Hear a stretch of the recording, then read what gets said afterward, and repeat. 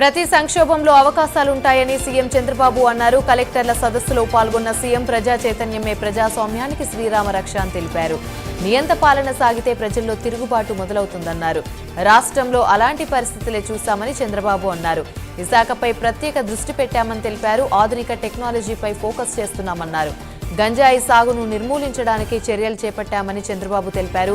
గత ప్రభుత్వం భారీగా అప్పులు చేసిందని, కష్టాల్లో ఉన్న రాష్ట్రానికి కేంద్రం సాయం చేస్తుందని చంద్రబాబు తెలిపారు. హార్టికల్చర్ కమిషనర్ శ్రీనివాసులపై కలెక్టర్లు కాన్ఫరెన్స్ లో సీఎం చంద్రబాబు ఆగ్రహించారు. ఆయనపై సీఎం ప్రశ్నల వర్షం కురిపించారు.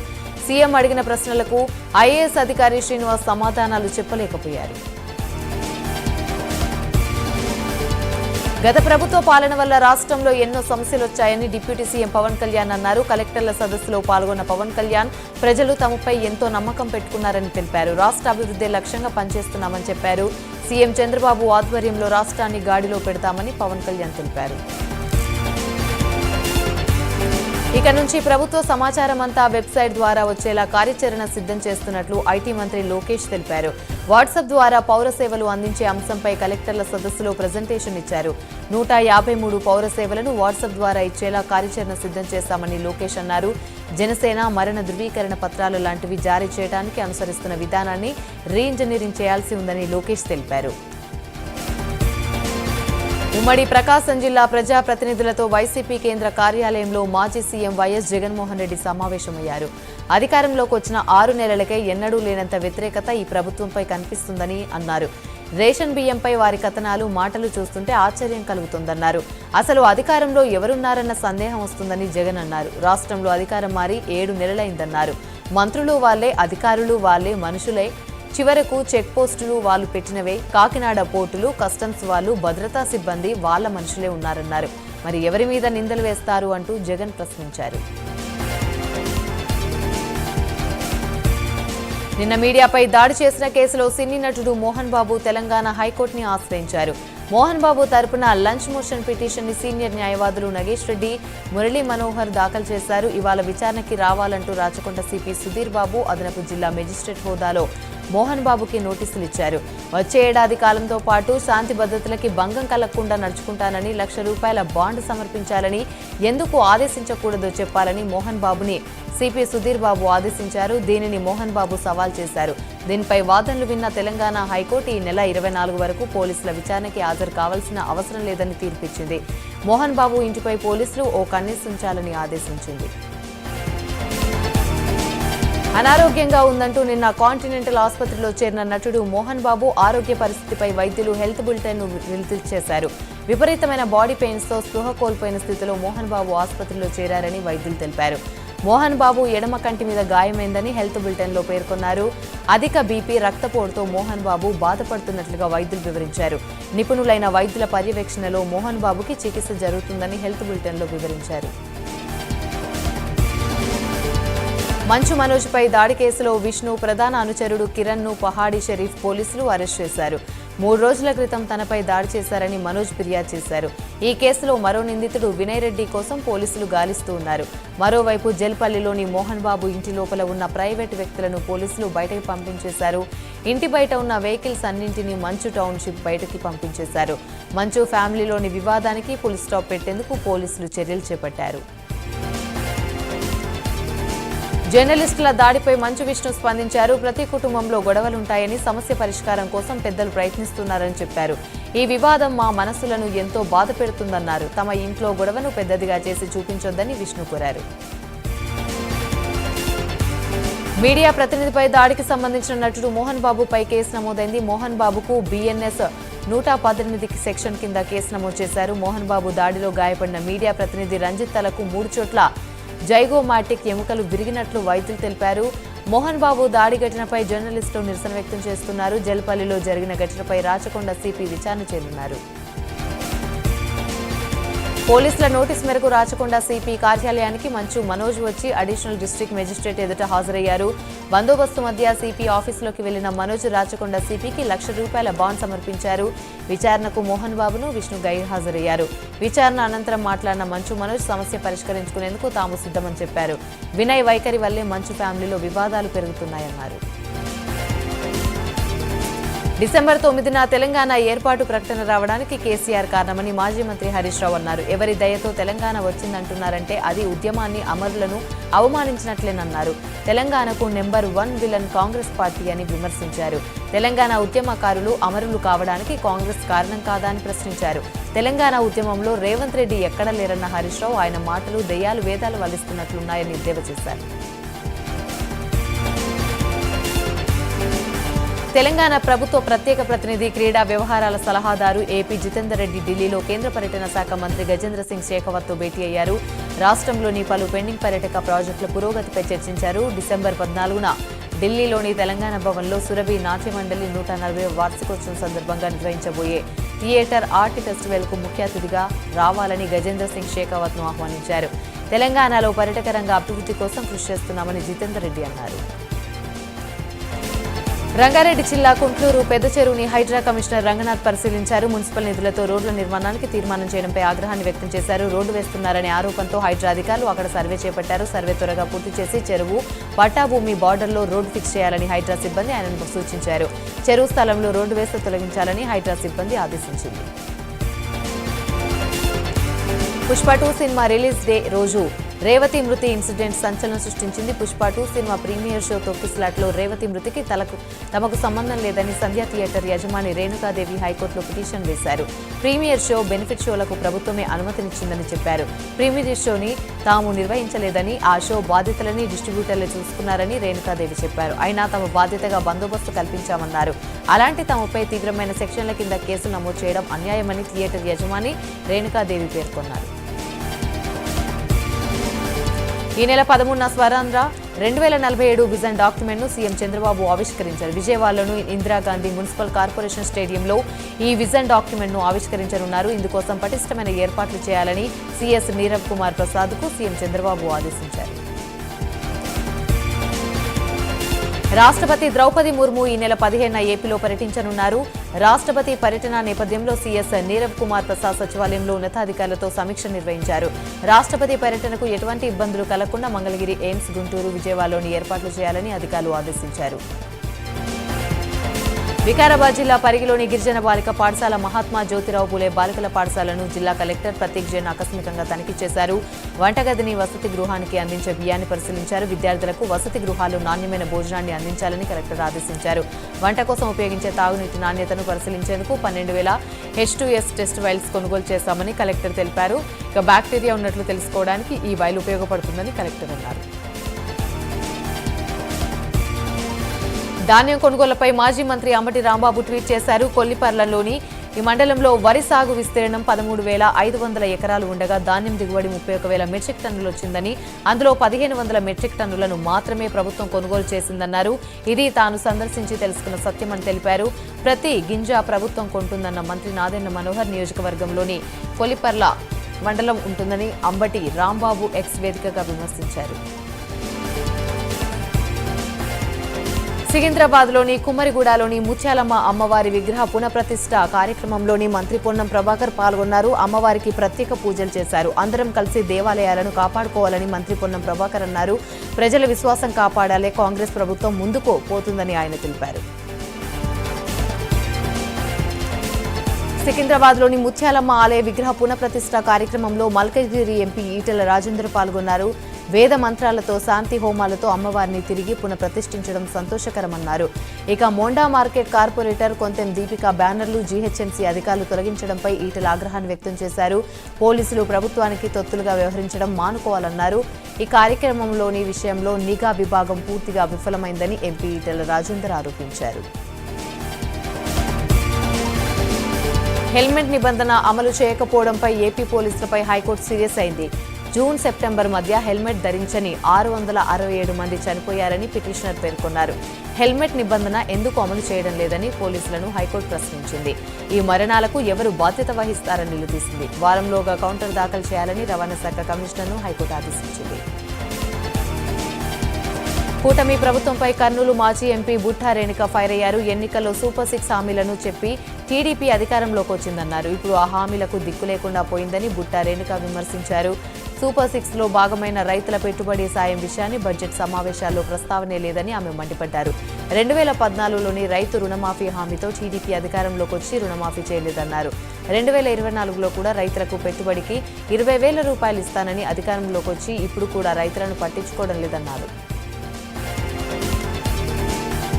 నిజామాబాద్ నగరంలోని ఫ్లెక్సీలు కలకలం రేపాయి. పర్యాటక రంగంపై రెడ్ టేపిజం అంటూ ప్రధాన కూడళ్లలోని ఫ్లెక్సీలు వెలిశాయి. నిజామాబాద్ జిల్లాలో కొంతమంది అధికారులు కబంధ హస్తాలో పర్యాటక రంగం చిక్కిందంటూ ఫ్లెక్సీలు రాసి ఉంది. త్వరలో అన్ని ఆధారాలతో మేము ముందుకొస్తామంటూ ఆకాశరామన్న పేరుతో ఫ్లెక్సీలు ప్రత్యక్షమవడంతో జిల్లా అధికారులు చర్చ మొదలైంది. కాకినాడ సెస్పై బహిరంగ చర్చకు రావాలని వైసీపీ నేతలను మాజీ ఎమ్మెల్యే వర్మ సవాల్ విసిరారు. కార్యకర్తలతో పిఠాపురంలో ఉప్పాడ బస్టాండ్ వద్ద భారీ ర్యాలీగా వెళ్లారు. ఇటీవలే కాకినాడ సెస్ వ్యవహారంపై చంద్రబాబు, మాజీ మంత్రి కురసాల కన్నబాబు, దాడిశెట్టి రాజా, కాకినాడ మాజీ ఎంపీ వంగా గీత తీవ్రస్థాయిలో విమర్శలు గుప్పించారు. ఇక కుర్చీలను ఏర్పాటు చేసి వర్మ అయితే సవాల్ను వైసీపీ నేతలు స్వీకరించలేదు. వైసీపీ నేతలు రాక కోసం వర్మ, టీడీపీ కార్యకర్తలు చాలాసేపు ఎదురుచూశారు. బహిరంగ చర్చకు రాని వైసీపీ నేతలు వారు చేసిన ఆరోపణలను అవాస్తవమని ఒప్పుకున్నట్టే అని వర్మ అన్నారు. పశ్చిమ గోదావరి జిల్లా పెనుమంట్ర మండలం మాటేరులోని బాస్కెట్బాల్ ఛాంపియన్ షిప్ పోటీలోని ఫైనల్ మ్యాచ్ ఉత్కంఠభరితంగా కొనసాగింది. ఈ మ్యాచ్కు ముఖ్య అతిథులుగా మంత్రి నిమ్మల రామానాయుడు హాజరయ్యారు. క్రీడాకారులను ప్రోత్సహించే విధంగా కూటమి ప్రభుత్వం చర్యలు తీసుకుంటుందని తెలిపారు. ప్రతిభ కలిగిన క్రీడాకారులను ప్రోత్సహించాలన్న ఉద్దేశంతో ఈ గేమ్స్ నిర్వహించాలని కోరారు.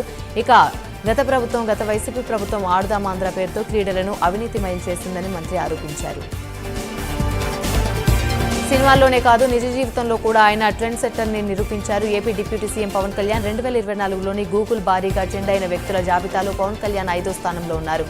రాజకీయంగా పాలనా పరంగా క్రేజ్ క్రియేట్ చేసుకున్నారు సేనాని. సికింద్రాబాద్ ముత్యాలమ్మ ఆలయం వద్ద మోండా మార్కెట్ బీజేపీ కార్పొరేటర్కు సంబంధించిన బ్యానర్లని జీహెచ్ఎంసీ సిబ్బంది తొలగించారు. బ్యానర్లను తొలగించడంపై బీజేపీ కార్పొరేటర్ దీపిక తీవ్ర అభ్యంతరాన్ని వ్యక్తం చేశారు. బ్యానర్ల తొలగింపు విషయాన్ని మంత్రి కొండా సురేఖ దృష్టికి బీజేపీ నేతలు తీసుకుని వెళ్లారు. మా మనోభావాలు దెబ్బతింటే సహించేదేలేదని దీపిక అన్నారు. ఇక బ్యానర్లు తొలగించిన వారిపై చర్యలు తీసుకోవాలని డిమాండ్ చేశారు. మరోపక్క ఈ అంశంపై మల్కాజ్గిరి ఎంపీ ఈటల రాజేందర్ పోలీసులను ఆగ్రహాన్ని వ్యక్తం చేశారు. ప్రకాశం జిల్లా ఎర్రగొండపాలెంలోని మంత్రి సత్యకుమార్ యాదవ్ పర్యటించారు. కొలుకులు గ్రామంలోని నా గ్రామమే నా తీర్థక్షేత్రం కార్యక్రమంలో భాగంగా శ్రీ హరిహర సేవా సమితి ఆధ్వర్యంలో ఏర్పాటు చేసిన కార్యక్రమంలో పాల్గొన్నారు. దేవాలయంలో ప్రత్యేక పూజలు నిర్వహించారు. ఇక ఆర్ఎస్ఎస్ భావజాలంలోని ప్రజలకు వివరించి కూటమి ప్రభుత్వంలో గ్రామాలు అభివృద్ధి చెందుతున్నాయన్నారు. వికారాబాద్ జిల్లా తాండూరు మండలం సాయిపూర్లోని గిరిజన బాలికల సంక్షేమ హాస్టల్లో ఫుడ్ పాయిజన్ ఘటన బాధాకరమని కలెక్టర్ ప్రతీక్ జైన్ అన్నారు. విద్యార్థులకు మెరుగైన వైద్యం అందిస్తున్నట్లుగా కలెక్టర్ తెలిపారు. అన్నం బాయిల్డ్ కాకపోవడంతో గ్యాస్ ట్రబుల్ అయి విద్యార్థులు అస్వస్థతకు గురైనట్లుగా కలెక్టర్ తెలిపారు. తాగునీటి నాణ్యతను పరిశీలించేందుకు జిల్లాలోని ప్రతి స్కూళ్లలో హాస్టల్లోని S2S టెస్టులు నిర్వహిస్తున్నట్లుగా కలెక్టర్ తెలిపారు. హైదరాబాద్లోని సిపిఐ ఎంఎల్ మాస్ లైన్ నేతల ఆధ్వర్యంలో ఆర్టీసీ క్రాస్ రోడ్ వద్ద ధర్నా నిర్వహించారు. ప్రయాణికులకు అనుగుణంగా బస్సులను పెంచాలని డిమాండ్ చేశారు. రాష్ట్రంలో కాంగ్రెస్ ప్రభుత్వం అధికారంలోకి వచ్చిన తర్వాత మహిళలకు ఉచిత బస్సు సౌకర్యం కల్పించిన మాస్ లైన్ నేతలున్నారు. ఇక పాత బస్సులో 3,000 బస్సులను తొలగించి కొత్త బస్సులను ఏర్పాటు చేయలేదని మాస్ లైన్ నేతలు ఆగ్రహాన్ని వ్యక్తం చేశారు. ప్రయాణికులు తీవ్ర ఇబ్బందులు ఎదుర్కొంటున్నారని తెలిపారు. సికింద్రాబాద్ కుమ్మరిగూడలోని ముత్యాలమ్మ దేవాలయంలో అమ్మవారి విగ్రహ ప్రతిష్ఠ కార్యక్రమం కన్నుల పండుగగా సాగింది. కార్యక్రమానికి మంత్రి కొండా సురేఖ, కంటోన్మెంట్ ఎమ్మెల్యే శ్రీ గణేష్ హాజరై ప్రత్యేక పూజలు నిర్వహించారు. మంత్రాలతో శాస్త్రోక్తంగా అమ్మవారి ప్రాంత ప్రతిష్ఠ కార్యక్రమాన్ని నిర్వహించారు. భక్తుల మనోభావాలను దృష్టిలో ఉంచుకొని అమ్మవారి దేవాలయాల్ని ప్రభుత్వ ఖర్చుతో పునర్నిర్మించడంపై విగ్రహాన్ని ఏర్పాటు చేశామని మంత్రి కొండా సురేఖ అన్నారు.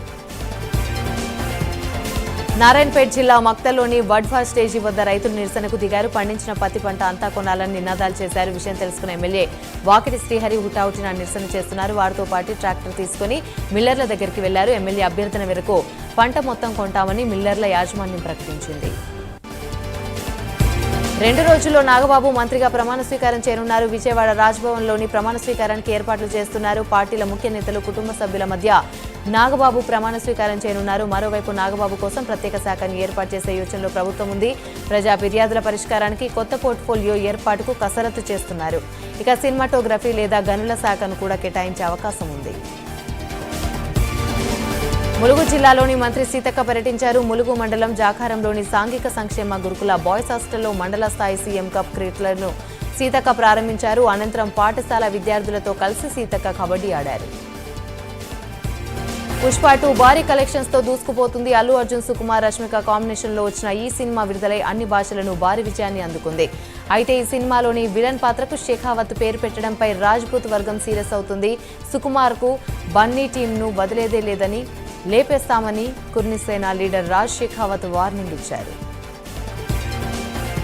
వికారాబాద్ జిల్లా తాండూరులోని సంక్షేమ హాస్టల్లో ఫుడ్ పాయిజన్ ఘటనపై బీజేపీ నాయకులు ఆందోళన చేపట్టారు. సమయానికి కలెక్టర్ రావడంతో బీజేపీ నాయకులు కలెక్టర్ను అడ్డుకున్నారు. హాస్టల్లో విద్యార్థులకు ట్రీట్మెంట్ ఇవ్వడంపై బీజేపీ నాయకులు మండిపడ్డారు. 13 మంది విద్యార్థులకు హాస్టల్లో ట్రీట్మెంట్ జరుగుతుందన్నారు. వైద్య సిబ్బంది రక్త పరీక్షలు, మెడికల్ టెస్టు నిర్వహిస్తున్నామని చెప్పారు. ఇక తాండూరు మున్సిపల్ చైర్పర్సన్ స్వప్న హాస్టల్ విద్యార్థులకు కొబ్బరి బోండాలం పంపిణీ చేశారు. జనసేన జాతీయ ప్రధాన కార్యదర్శి కొనిదెల నాగబాబుకి కేబినెట్లో చోటు దక్కడంపై పిఠాపురం జన సైనికులు, కార్యకర్తలు, అభిమానులు హర్షం వ్యక్తం చేస్తున్నారు. డిప్యూటీ సీఎం పవన్ కళ్యాణ్ ఇంటి ముందు బాణసంచా కాల్చి సంబరాలు చేసుకున్నారు. పిఠాపురం జనసేన ఇన్ఛార్జ్ మర్రెడ్డి శ్రీనివాస్ ఆధ్వర్యంలో కేక్ కట్ చేశారు. కూటమి అభ్యర్థుల గెలుపునకు కొనిదెల నాగబాబు అహర్నిశలు కృషి చేశారని జనసేన నేతలు కొనియాడారు. హైదరాబాద్ కేపీహెచ్బీలోని ఎమ్మెల్యే మాధవరం తెలంగాణ తల్లి విగ్రహానికి పాలాభిషేకం చేశారు. ఈ కార్యక్రమానికి రాగిడి లక్ష్మారెడ్డి, కార్పొరేటర్ శిరీష బాపురావు హాజరయ్యారు. తెలంగాణ ఉద్యమ సమయంలో తెలంగాణ తల్లి విగ్రహానికి పూజలు చేసి కాంగ్రెస్ నేతలు నేడు తల్లిని మార్చేశారని కూకట్పల్లి ఎమ్మెల్యే మాధవరం కృష్ణారావు అన్నారు. రాష్ట్రంలో అధికారం మారిన వెంటనే పేర్లు మార్చడం మంచి పద్ధతి కాదని, ముఖ్యమంత్రి రేవంత్ రెడ్డి ప్రజలకు ఉపయోగపడే పనులు చేయాలని కృష్ణారావు అన్నారు. నాగర్ కర్నూలు జిల్లా తెలకపల్లి మండలంలోని జ్యోతి బాపులే వెనుకబడిన తరగతుల బాలుర పాఠశాలను కలెక్టర్ బాదావత్ సంతోష్ పరిశీలించారు. కిచెన్ షెడ్, ఇతర సామాగ్రిని పరిశీలించారు. మెనూ ప్రకారమే వంటలు చేయాలని, నాణ్యత విషయంలో రాజీ పడొద్దని చెప్పారు. విద్యార్థులకు నాణ్యమైన విద్యను అందించిన 100% ఉత్తీర్ణత సాధించే విధంగా ఉపాధ్యాయులు కృషి చేయాలని కలెక్టర్ బాదావత్ సంతోష్ సూచించారు. జయశంకర్ భూపాలపల్లి జిల్లా కేంద్రంలోని గిరిజన బాలికల ఆశ్రమ పాఠశాల హాస్టల్ను జిల్లా కలెక్టర్ రాహుల్ శర్మ ఆకస్మిక తనిఖీలు చేశారు. విద్యార్థులకు అందిస్తున్న ఆహారం గురించి హాస్టల్ ప్రిన్సిపల్ను అడిగి తెలుసుకుని సామగ్రిని పరిశీలించారు. విద్యార్థులకు నాణ్యమైన ఆహారం అందించాలని, హాస్టల్లో అన్ని వసతులు కల్పించాలని కలెక్టర్ తెలిపారు. రాజన్న సిరిసిల్ల జిల్లా వేమ్లవాడ రాజన్న ఆలయం ముందు బీజేపీ నాయకులు నిరసన తెలిపారు. ఇక రాజన్న కోడెల తరలింపు వ్యవహారంలోని నిరసన కార్యక్రమాన్ని నిర్వహించారు. మంత్రి సిఫార్సుతోనే మంత్రి అనుచరుడు రాంబాబు 66 కోడెలను తీసుకుని వెళ్లి వలసాలకు అమ్మారని తెలిపారు. ఇక వరంగల్ జిల్లా గీసుకొండ పోలీసులు మంత్రి అనుచరుడు రాంబాబు మరో ఇద్దరిని అరెస్ట్ చేశారు. ఈవో వినోద్ రెడ్డి ఈ వ్యవహారంపై సమాధానం చెప్పాలని బీజేపీ నాయకులు డిమాండ్ చేశారు. విజయనగరం జిల్లా కొవ్వాడలోని పశు సంవర్ధక శాఖ అధికారులు లేగదూడల ప్రదర్శన నిర్వహించారు. కొవ్వాడ సర్పంచ్ కొట్ల రఘు ఆధ్వర్యంలో నిర్వహించిన ఈ కార్యక్రమానికి స్థానిక ఎమ్మెల్యే లోకం నాగమాధవి ముఖ్య అతిథిగా హాజరయ్యారు. సుమారు 130 పశువులను బీమా సదుపాయం కల్పించారు. పశువుల నుంచి నెలసరి ఆదాయం వచ్చేలా ప్రణాళికను రూపొందించుకోవాలని గ్రామస్తులకు ఎమ్మెల్యే లోకం నాగమాధవి సూచించారు. హనంకొండ జిల్లా కమలాపూర్ మండల కేంద్రంలోని మహాత్మా జ్యోతి బాపులే బాలుర పాఠశాలలోని సీఎం కప్ క్రీడా పోటీలను ఎంపీడీఓ గుండె బాబు ప్రారంభించారు. మండల పరిధిలోని అన్ని గ్రామాల నుంచి ఈ పోటీలలో క్రీడాకారులు పాల్గొంటున్నారని ఎంపీడీఓ తెలిపారు. ఈ క్రీడా పోటీల్లోని ప్రతిభ చాటిన క్రీడాకారులను జిల్లా స్థాయి పోటీలకు ఎంపిక చేయడం జరుగుతుందన్నారు. ఈ పోటీల్లో కబడ్డీ, వాలీబాల్, ఖోఖో క్రీడలు నిర్వహిస్తున్నామని ఎంపీడీఓ తెలిపారు. యాదగిరిగుట్ట శ్రీ లక్ష్మీ నరసింహస్వామి దేవస్థానంలో అయ్యప్ప స్వాముల గిరి ప్రదక్షిణలు చేశారు. ఈ గిరి ప్రదక్షిణలోని వేల సంఖ్యలో అయ్యప్ప స్వాములు పాల్గొన్నారు. అనంతరం ఆలయంలోని నరసింహస్వామి వారిని అయ్యప్ప స్వాములు దర్శించుకున్నారు. గిరి ప్రదక్షిణలో స్వాములతో ఆలేరు ఎమ్మెల్యే బీర్ల ఐలయ్య, ఆలయ ఈవో భాస్కర్రావు పాల్గొన్నారు. అనకాపల్లిలోని కన్యకా పరమేశ్వరి ఆలయం నిర్మించి 100 సంవత్సరాలు పూర్తయిన సందర్భంగా వెండి రథాన్ని తయారు చేశారు. ఆలయానికి ముఖ్య అతిథిగా వచ్చిన మాజీ రాజ్యసభ సభ్యులు టీజీ వెంకటేష్ అమ్మవారి రథాన్ని ప్రారంభించారు. అనంతరం ఆయన ఆలయంలోని ఏర్పాటు చేసిన గోశాలను సందర్శించారు. 100 కేజీల వెండితో తయారు చేసిన రథానికి ఆర్యవైశ్యులు ధన సహాయం చేశారు. అమ్మవారికి వెండితో రథం చేయించడం గర్వకారణమని కొనియాడారు. ఇక అందరి మీద అమ్మవారి ఆశీస్సులుండాలని ఆకాంక్షించారు. పోలీసులు కొట్టారనే అనుమానంతో యువకుడు ఆత్మహత్యకు పాల్పడిన ఘటన పెద్దపల్లి జిల్లా మంత్రిలో జరిగింది. మంతనికి చెందిన శీలం రాజ్ కుమార్ అనే వ్యక్తిపై కేసు నమోదైంది.